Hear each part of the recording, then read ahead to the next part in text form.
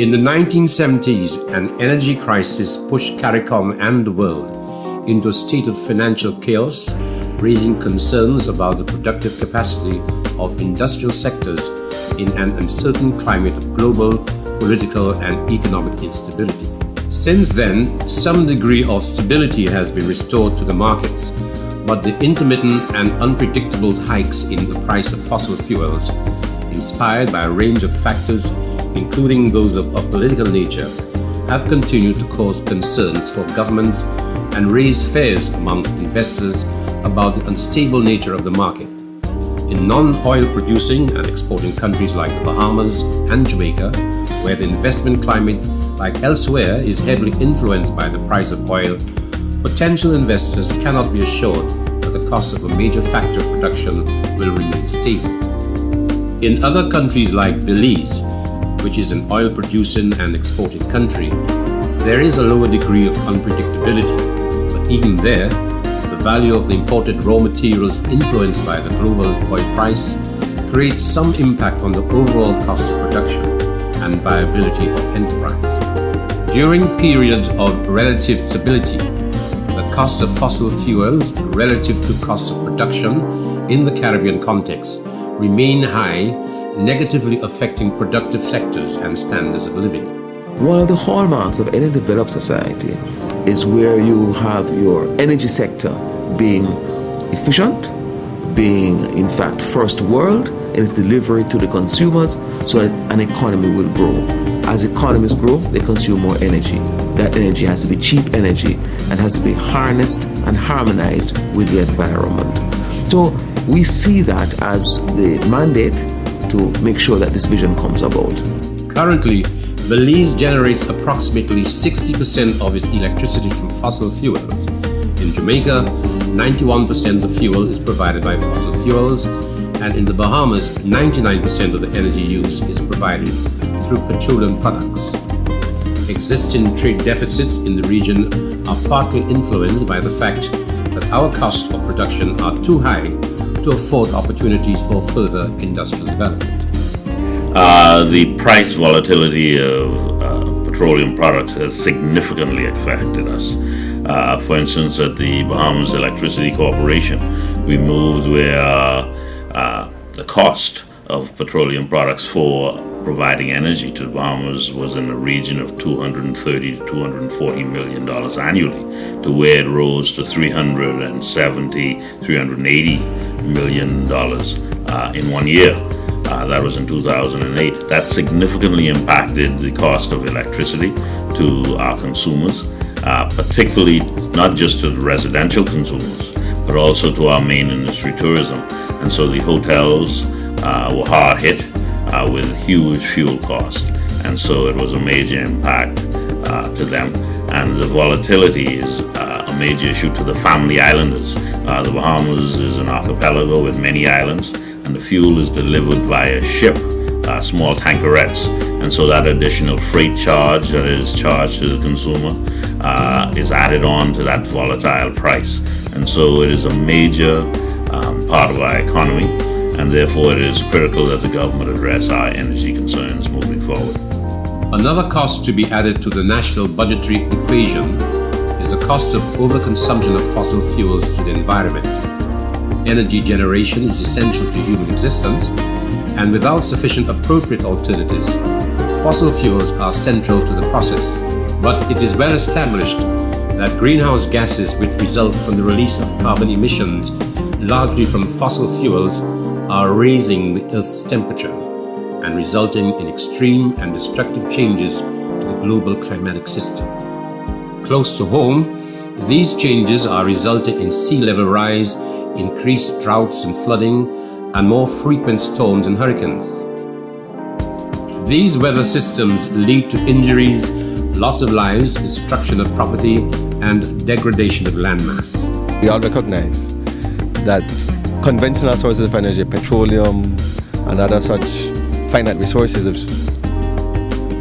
are becoming more scarce as we use it out, as we take it out of the ground and we use it. It's becoming more scarce. And there are also environmental impacts. When we burn these kinds of fuels, the increased carbon dioxide in the atmosphere And we all know the science of that, where it creates changes to our climate. The territories of the Caribbean community, as part of the global arena of states, recognize the urgency for change in consumption and production patterns, and have assigned the Energy Program of the CARICOM Secretariat the responsibility to oversee this change. Reform of the energy sector throughout CARICOM is necessary to achieve sustained change. CARICOM Ministers of Energy intend to promote renewable energy and energy efficiency and conservation as central components of reform within the energy sector. The vision, therefore, for the region is to really have member states, or the region for that matter, fully explore its energy resources, whether it be the conventional or renewable energy. Renewable energy is critical because really all countries are endowed with some form or the other. In the case of the Eastern Caribbean, geothermal has a significant potential. Hydro in some of the continental countries like Guyana, Suriname, Belize, but virtually all the countries have opportunities, and the challenge really is to see how we can develop those in a timely manner to allow us to be more competitive, to allow our citizenry to have a better life from lower cost energy options. Governments are now formulating policies and encouraging stakeholders to take the lead in finding ways to conserve energy and use it more efficiently, and to develop new technologies which make use of alternative sources of energy which are less damaging to the environment and eventually less taxing on the national financial resources. We have the largest wind farm in the Caribbean in Wigton, and that wind farm is delivering 38 megawatts of electricity from wind. We also introduced ethanol in our fuel mix in the transportation sector, which also represents a huge step forward in utilizing renewables. Recently, we had the lifting of a cap for renewables on our electricity grid from 15 megawatts to 25 megawatts, which would facilitate the utilization of renewables. And of course, we have introduced net billing for persons, residences that are utilizing energies, renewable energies, and can get a payback for their supply to the grid over and above their own consumption. The CARICOM energy policy will borrow from national energy policies and action plans across member states. It is expected to define, facilitate, and promote the development of a wide range of energy resources. Member states will guide their energy policy development in a manner that capitalizes upon resource availabilities within their landmass and coastal areas, while aiming to achieve one common goal: development of a sustainable energy sector. The draft regional energy policy is based on 5 overreaching goals: sustainability and security of supplies, optimization and utilization of energy in an environmentally friendly manner, compatibility with economic development and macroeconomic sustainability, and promoting regional industry competitiveness. Governments are looking with increasing eagerness to alternative sources of energy because of the ready availability of these and the relative low cost associated with their production, as well as the low carbon footprint which these resources leave behind. This is really exciting times in the Caribbean. You know, we have all the policymakers, all the regulators, all the investors, the investment community, all the main stakeholders talking about energy. I mean, there's no forum assembled that is really trying to address the problems of the region that doesn't have energy as a focal point. Between the Bahamas, Jamaica, and Belize, there are solar, wind, hydro, natural gas, biomass, and fossil fuel resources available for energy conversion. In Belize, the dynamics of redefining the energy mix are inspired by opportunities to capitalize on market demand for energy exporting states. Fossil fuels will continue to be a part of the regional energy mix, and for oil producing and exporting territories within CARICOM, the aim is to capitalize on revenue earning opportunities. In Belize, which is very rich in natural resources, including fossil fuels, biomass, solar, and hydro, government aims to expand its energy generating capacity and its distribution capability to increase revenue. We have a very small population. Our energy use is very low, but we have abundant natural resources. We are rich in natural resources. We have rivers, we have abundant biomass, we have good solar, we have some good sites for wind, we have some good sites to do solar. And so Belize has abundant renewable resources. But we have a very small market.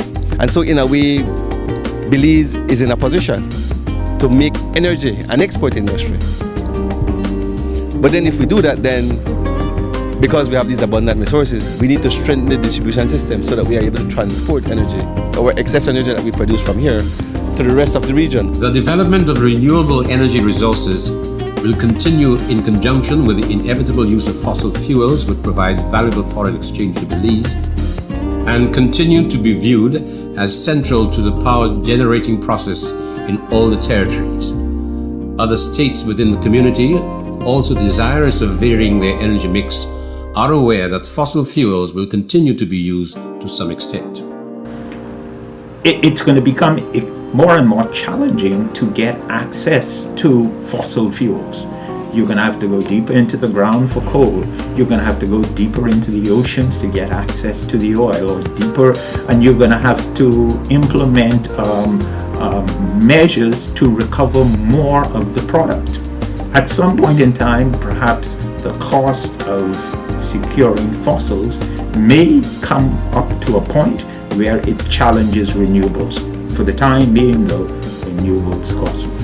The Bahamas Electricity Corporation is wholly government-owned, and despite the challenges, government is committed to substantially reducing its energy consumption levels with a heavy emphasis on energy conservation and efficiency, but with an appreciation that renewable energy forms part of the process of reform.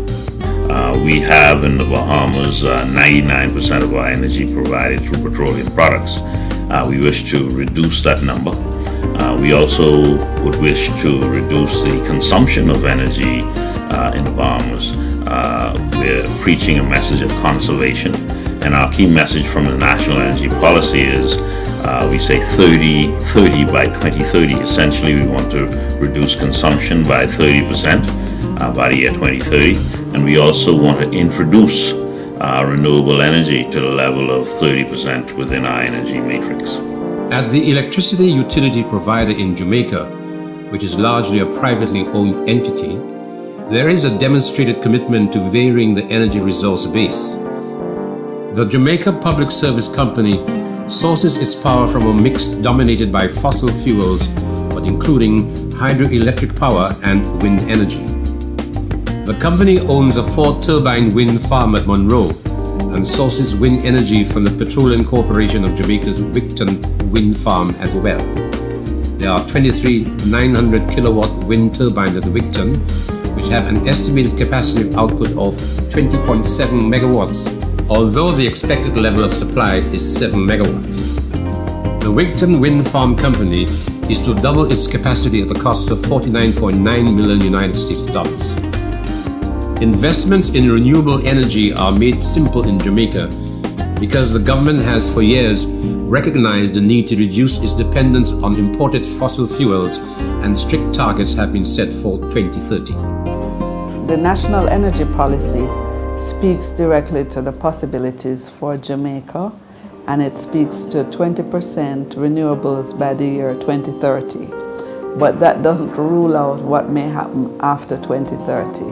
And certainly from the Center of Excellence for Renewable Energy, we are looking at the experience of countries like Mauritius, like China, like the Maldives, who have set much more aggressive targets.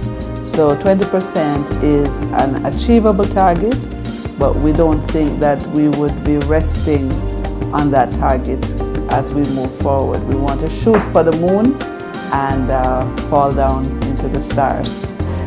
The National Energy Policy encourages investments in appropriate renewable energy technology as part of a national 21-year strategic plan for energy sector reform. That plan identifies energy efficiency and fuel diversification as key strategies towards greening our economy, towards making our fulsome contribution to the whole matter of sustainable development and particularly climate preservation. The fact of the matter is that policy identifies some 7 priority areas, and we are aggressively, through an implementation plan, pursuing the implementation of all of these policies. Similarly, as part of the Bahamian government's lead role in the promotion of sustainable energy, government has launched the 30-30 by 2030 project, which aims to reduce energy consumption levels by 30%, replacing them with 30% renewable energy by the year 2030. In the first phase, government distributed 270,000 energy-saving light bulbs across the Bahamas as a savings component of the project. And in the second phase, government has initiated a pilot program for the installation of solar water heaters in 34 affordable housing units. The homes are designed to accommodate solar water heaters. No backup systems are included, and a target of 25% is set for electricity savings resulting from the use of the solar instead of electric water heaters. It is estimated that the heating cost, the cost to heat water, is about 20-30% of someone's electric bill, utility bill. And so if that is being met by solar means, it means that they could look at a savings of at least 25% in their light bill, which would translate into lower demand from DC, which would mean lesser fuel to be imported. The project is being supported by the Inter-American Development Bank. Government will meet the cost of the heaters and collect data from the project to measure the impact of the systems against traditional energy use. Because it is a pilot project and these houses are being used as a test, yes. The idea is that we will install a system, we will install a mechanism to collect the data on the temperature of the water, the usage of the water, and so forth. And that information, and also the savings to the homeowner as far as electricity generation is concerned. And we will use that information to be forwarded to Energy and Environment, and they will analyze it. The Bahamians are impressed that solar water heaters, which require relatively high initial investment, demand very low maintenance. The thing is, these homeowners, are walking into their homes with their only source of hot water as a solar water heater. So they'll never have to pay the heating costs of water. So the returns to the homeowner is immediate. They don't have the electricity costs associated with it. So they get immediate returns on their investment. In addition to that program, the government of the Bahamas is to provide 33 photovoltaic systems to homeowners through a lottery-type system as a pilot program. The aim is to allow residential customers to install photovoltaic systems to generate their own energy. The potential for the promotion of solar energy in Jamaica, Belize, and the Bahamas remains high.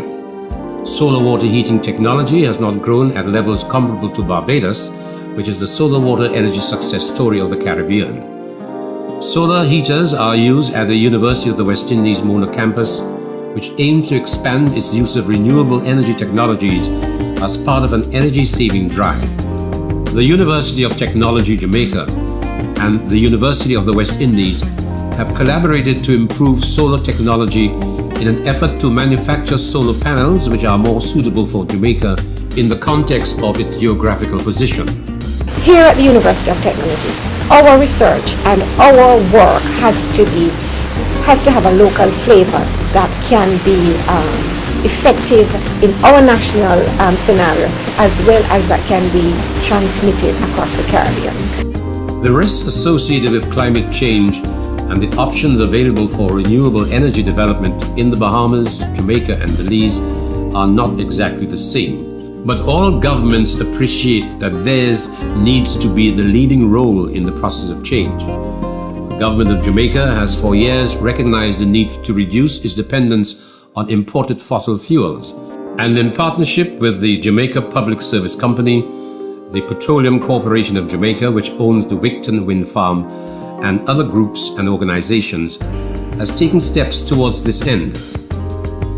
Although significant quantities of both hydropower and wind are being harnessed in a diversified energy mix, a significant amount of Jamaica's renewable energy is provided through biomass conversion, particularly at the most domestic level in communities which rely on wood to fuel fires. It is helping us from an environmental standpoint, to be much more socially aware, to be more environmentally aware, and to ensure that for our children and grandchildren, there are sources of energy which will not be depleted in the way that the oil sources are currently being reported as being depleted. The Petroleum Corporation of Jamaica has established a Center of Excellence for Renewable Energy, which leads the way in research and development of renewable energy in Jamaica. The center's areas of focus include hydropower, wind and biofuels, including bioethanol.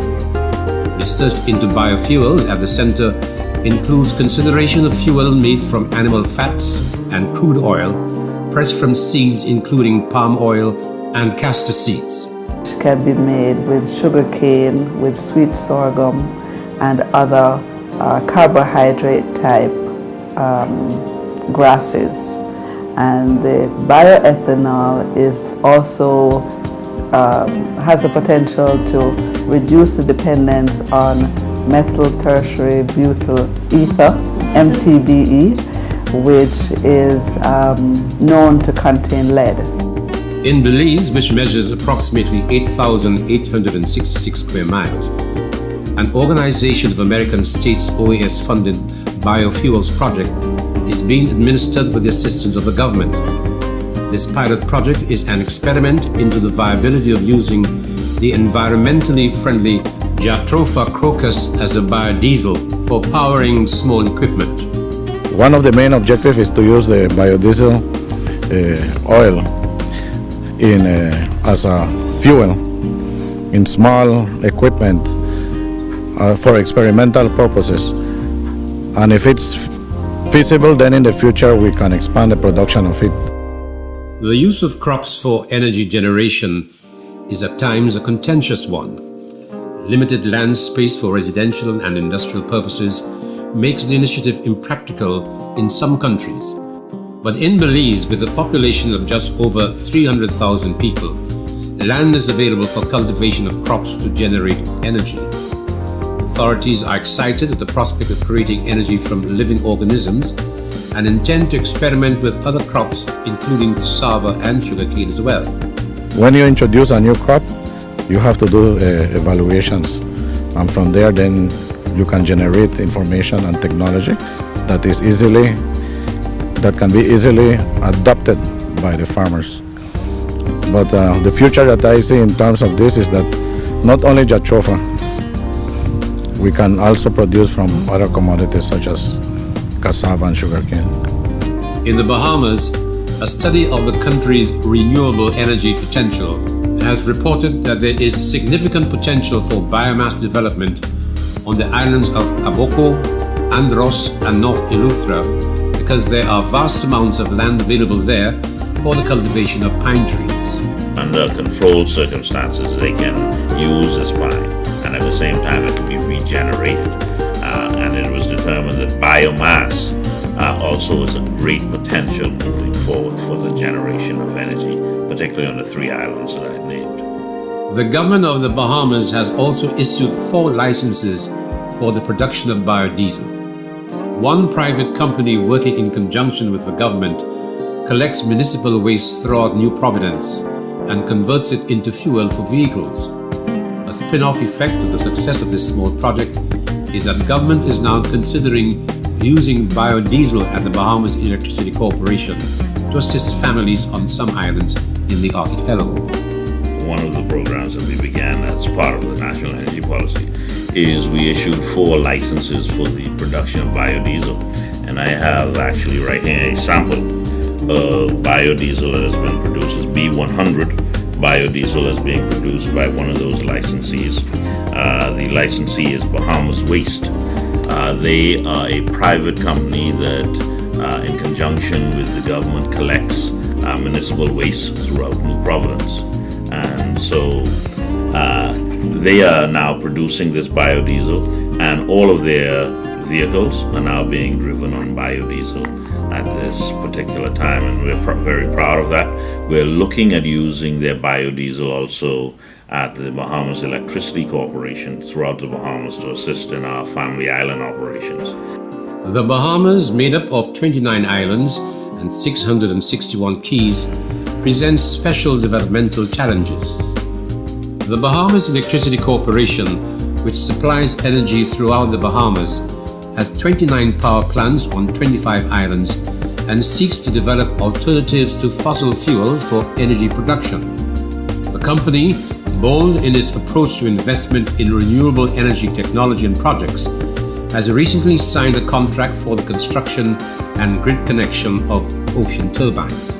One of the things that makes New Providence and a couple other areas in the Bahamas fairly ideal for an OTEC plant is the fact that some of these islands sit on the tongue of the ocean, and sitting on the tongue of the ocean where you have access to very deep, very cold water, and at the same time you have access to quite warm water at the top, makes us a bit of an ideal location for a major concept like this. The power company appears open to the use of alternative sources of energy, and government has promised that legislation will soon be in place to allow excess energy produced by alternative sources to be added to the national grid.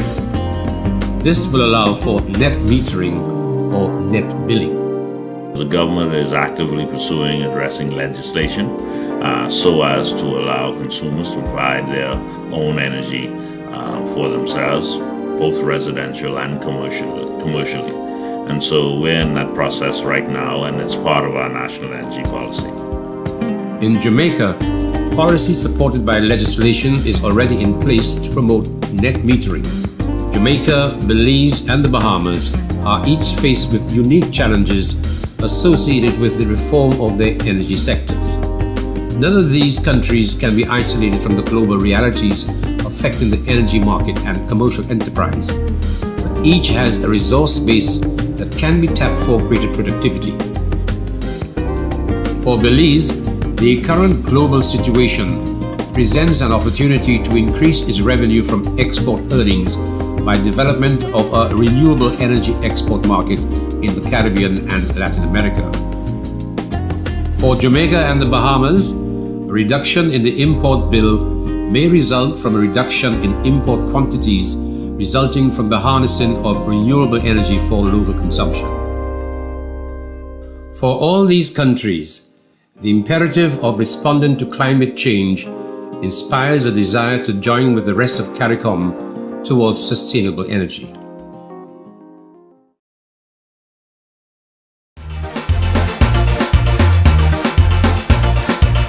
Energy conservation must be the focus of the whole region. We save energy, we save money, and let's make a commitment to save the environment. We must use energy better, stop depleting the ozone layer, and if we take care of Mother Nature, she will care for us in the future.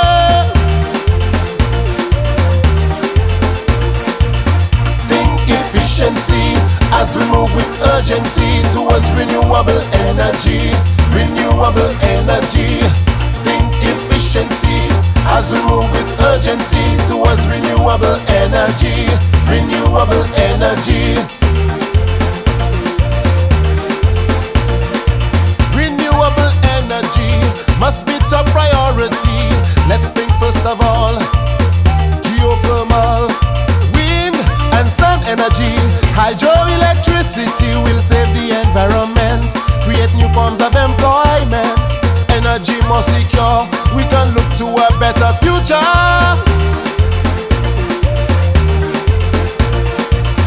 Think efficiency as we move with urgency towards renewable energy. Renewable energy. Think efficiency as we move with urgency towards renewable energy. Renewable energy.